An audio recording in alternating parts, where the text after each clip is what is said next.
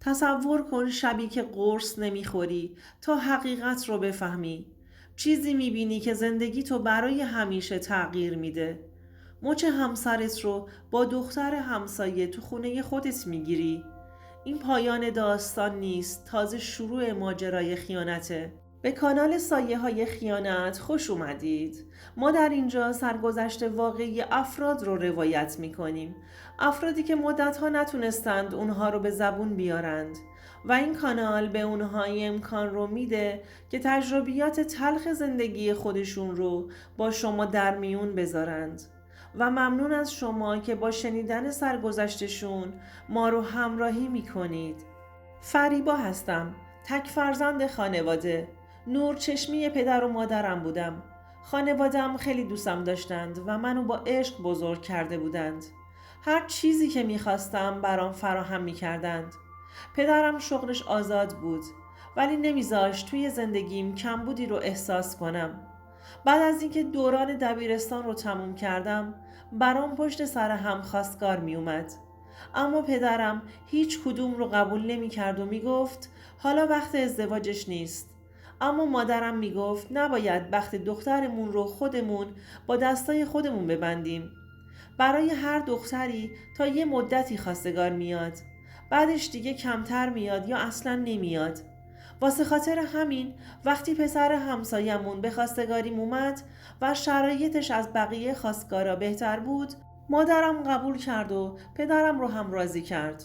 من دلم نمیخواست ازدواج کنم. دلم میخواست بیشتر پیش خانوادم باشم. دوست نداشتم ازشون جدا بشم. خلاصه من رو هم راضی کردند و مجبور شدم به ازدواج با پسر همسایمون که اسمش حمید بود رضایت بدم. حمید هم پسر خوبی بود. تو اون مدت که همسایمون بود چیزی ازش ندیده بودیم. سرش تو کار خودش بود. حمید تو شرکت برق کار میکرد. بعد از اینکه مراسم ازدواجمون رو خانواده هامون گرفتند، وارد زندگی مشترک خودمون شدیم. من به حمید کم کم وابسته شدم و بهش علاقه پیدا کرده بودم. اونم هر وقت که کنارم بود از عشق و محبت دم میزد و میگفت که چقدر عاشقم شده و دوستم داره. چند سال از زندگی مشترکمون گذشته بود که خدا به ما دختری داد. با اومدن دخترم زندگیمون رنگ و بوی تازه‌ای گرفته بود. عاشق خانوادم بودم. یه روز صاحب خونه اومد و به حمید گفت که خونش رو میخواد از نو بکوبه و بسازه و ما مجبور بودیم که از اونجا بلند بشیم. یه ماهی دنبال خونه میگشتیم چون حمید معتقد بود که باید خونه جدیدمون نزدیک محل کارش باشه، چون ماشین نداشتیم رفت و آمد براش سخت نشه. منم رو حرفش حرفی نمیزدم. خودم هم دوست نداشتم راهش دور بشه. خلاصه همون سمت یه خونه ویلایی تر و تمیز پیدا کردیم. یه چند ماهی هم داخلش ساکن بودیم. دخترم 4 ساله شده بود. دیگه احساس می کردم شبها صداهای ناله های زنی رو می شنوم. اول فکر می کردم خیال می کنم و توهم زدم. اما وقتی دقت می کردم صداها برام واضح تر می شد. وقتی که دنبال صدا می رفتم کسی رو پیدا نمی کردم. چند شب همینجوری تکرار شد. به حمید چیزی نگفتم. میخواستم خودم این موضوع رو کشف کنم اما دیدم نمیشه. نمیتونم متوجه بشم که صدای زنونه مال کی هستش. به این باور رسیدم که شاید با موجودات دیگه دارم سر و کله میزنم، مثل جن و پری. چون خونه ویلایی بود به این نتیجه رسیده بودم. آخر روزها هیچ خبری نبود، فقط شبها این صداها رو میشنیدم. تا اینکه تصمیم گرفتم موضوع رو با حمید در میون بذارم. صداها از داخل خونه نبود، از داخل کوچه تمام این صداها می اومد. دقیقاً پشت پنجره اتاق خوابمون. وقتی که با حمید در میون گذاشتم کلی بهم خندید و گفت داستان جدیده؟ گفتم باور کن، حتی به دخترمون براش قسم خوردم که صداها رو میشنوم که مدام در حال ناله زدنه. حمید میگفت اگر صدایی شنیدی من رو هم خبر کن، میخوام بشنوم. همون ساعت از شب دوباره صداها تکرار شد. حمید رو صدا زدم و بهش گفتم گوش کن، صدا داره میاد. حمید گوش کرد و گفت من که چیزی نمیشنوم. توهم زدی، بگیر بخواب. شبها خواب زده شدی و داری توهم میزنی. گفتم یعنی حرف منو باور نمی کنی؟ مگه من مشکل دارم از خودم حرف در بیارم؟ چطور من صدای به این واضحی رو میشنوم اما تو نمیشنوی؟ خلاصه حمید اصرار داشت که چیزی نیست و دوباره برگشت سر جاش خوابید. من دیگه داشتم کلافه می شدم. تو کل روز به اون صدا فکر می کردم که از کجاست. اون صدای کی هستش که مدام ناله میزنه؟ زنگ زدم، موضوع رو با مادرم در میون گذاشتم. مادرم گفت مطمئنی؟ گفتم آره مامان، ولی حمید نمیشنوه، فقط من صداها رو میشنوم. مادرم گفت به سرت نزنه نصف شب دنبال صدا از خونه بیرون بری و کار دست خودت بدی. میگفتم نه مادر من اون ساعت از شب خودمم میترسم. مطمئن باش که از خونه بیرون نمیرم. دقیقاً دروغ نگم بهتون، شاید 1 ماه هر شب این اتفاق برام افتاد. یه شب تصمیم گرفتم دنبال صدا راه بیفتم. ساعت 1:30 شب صداها شروع شد. چادر سر کردم و از پنجره تو کوچه رو نگاه کردم. دیدم یکی چادر سفید گذاشته و زیر اتاق خوابمونه. تا صداش کردم تو کی هستی سرش رو بالا نیاورد. از در خونه اومدم بیرون، دیدم همون چادر سفیده آخر کوچه وایستاده. اومدم برم دنبالش که حمید از پشت سرم اومد و بازوم رو گرفت و گفت کجا داری میری؟ گفتم اونجا رو نگاه کن، اون چادر سفیده همون زنه بود که زیر پنجره اتاقمون زار میزد. بذار برم ببینم کیه، چه مرگشه، زیر پنجره ما چی میخواد، منو آسی کرده. بذار برم الان میام. حمید تو کوچه سرش انداخت و گفت من که چیزی نمیبینم خانم، بیا داخل، مردم میبینن و پشت سرمون حرف در میارن. و خلاصه منو به زور وارد خونه کرد. بهم گفت از دست کارات دیگه خسته شدم، شب و روز برام نذاشتی، فکر کنم تو دیگه دیوونه شدی، باید خانوادت رو در جریان کارات قرار بدم. حمید نمیدونست که خودم به مادرم همه چیز رو گفته بودم.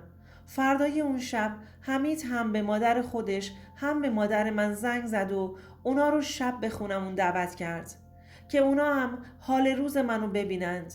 وقتی که مادرم اومد گفت که دخترم شاید بیخوابی های شبونه باعث میشه این صداها رو بشنوی.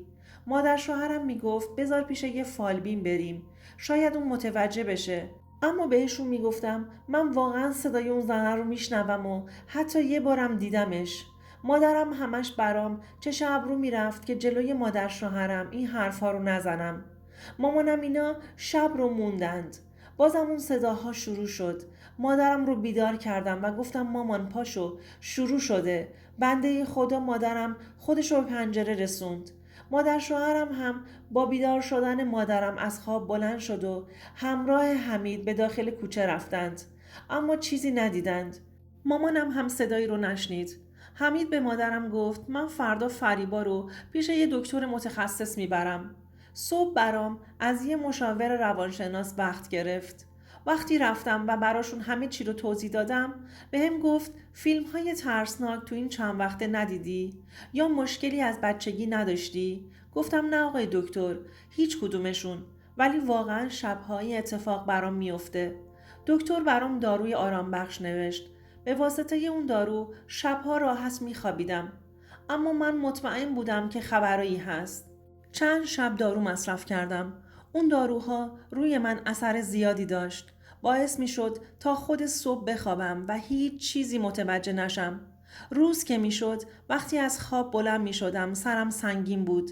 یه روز تصمیم گرفتم که وقتی حمید نیست تو خونه دوربین کار بذارم. البته 2 تا دوربین. یکی هم داخل کوچه کار گذاشتم. به حمید گفتم دلم نمیخواد دیگه قرص بخورم. اما حمید خیلی عصبانی شد و با من جر و بحث کرد که گفته های دکتر رو داری سرسری میگیری. مگه نمیخوای زودتر خوب بشی و از دخترمون مراقبت کنی؟ اما وقتی که دید من نمیخوام بخورم بهم گفت دوباره خودت اذیت میشی. گفتم نه اذیت نمیشم. شب همون صدا تکرار شد و دوباره ناله ها شروع شدن. حمید رفته بود سرویس بهداشتی. اومدم در پنجره رو باز کردم، دیدم خبری نیست. گوشیم رو خاموش کرده بودم که دوربین روی گوشیم رو حمید نبینه که غرغر کنه. صبح دلم میخواست زودتر حمید از خونه بره بیرون تا دوربین رو چک کنم. وقتی که حمید رفت سر کارش گوشی رو برداشتم و دوربین رو چک کردم. با دیدن چیزی که دیدم خشکم زده بود. یه زنی که چادر سفید سرش بود اومده بود زیر پنجره اتاقم، روی پاهاش وایستاد و سرش رو میچسبون به پنجره و ناله میزد که یهو حمید اومد بیرون و دستش رو گرفت و راهیش کرد که بره. اون حمید من بود. پس حمید همه اینها رو میدونست. من شک کرده بودم اما مطمئن نبودم. میدونستم یه خبری هست. باید حرفم رو ثابت میکردم. واسه همین دوربین کار گذاشته بودم. فردای شب حمید خودش داروها رو برام آورد و به زور به خوردم داد. اول نمیخواستم بخورم اما با فریادای حمید مجبور شدم که بخورم. اون شبم خوابیدم اما فردایش تصمیم گرفتم اگر به هم دارو داد قورتش ندم و زیر زبونم نگهش دارم. فردا شب دوباره خود حمید داروها رو برام آورد که قرص رو زیر زبونم نگه داشتم و قورت ندادم. حمید فکر کرد خوردم. اون شب خودمو زدم به خواب که دیدم صداهای زمزمه و نفس زدن از اتاق خواب بغلی میاد. اتاق دخترم بود. آهسته از سر جام بلند شدم و خودمو به پشت اتاق رسوندم. با دیدن چیزی که انتظارش رو نداشتم دنیا رو سرم خراب شد. تپش قلب گرفتم. دست و پام شروع کرد به لرزیدن. حمید و دختر همسایمون با هم در ارتباط بودن. دیگه نتونستم طاقت بیارم و در اتاق رو باز کردم. حمید با دیدن من تعجب کرده بود و با پررویی کامل گفت مگه قرص هات رو نخوردی؟ هرچی تو دهنم بود بهش گفتم و سمت دختره حمله بر شدم و به صورتش چنگ زدم که حمید جلومو گرفت و گفت چی کار میکنی دیوونه؟ گفتم دیوونه خودتی که به من و دخترمون خیانت کردی. تو که انقدر پست بودی چرا طلاقم رو ندادی؟ این همه بازی سرم آوردی. در جوابم گفت چی داری میگی؟ کی حرف توی روانی رو باور میکنه؟ دختر لباسش رو پوشید و رفت. بهش گفتم بلایی به سرت بیارم که مرغای هوا به حالت گریه کنند. صبح که شد گوشیم رو برداشتم و دخترم رو لباس پوشیدم و رفتم خونه پدرم. اونجا همه چی رو تعریف کردم. تو گوشیم فیلم ها رو به پدر و مادرم نشون دادم و بهشون گفتم من که به شما میگفتم صداهایی میشنوم، شماها باور نمی کردید. مادرم گفت چقدر حمید پست بوده که برات نقشه کشیده که دیوونه جلوت بده تا خودش به خواستش برسه. پدرم برام یه وکیل گرفت و گفت اجازه نمیدم دیگه به اون خونه برگردی. روز دادگاه هم حمید وقتی اومد تاییدیه پزشکی هم با خودش آورده بود. بهم میگفت که به جایی نمیتونی برسی، اما فقط بهش لبخند زدم. وقتی نوبتمون شد و وارد شدیم حمید شروع کرد به توضیح دادن که زنم یه مدت توهم میزنه و شبها سر و صدا میشنوه و منو آسی کرده. اینم تاییدیه پزشکیش. گفت منو هم متهم میکنه که با دختر همسایمون در ارتباطم که دروغ محضه.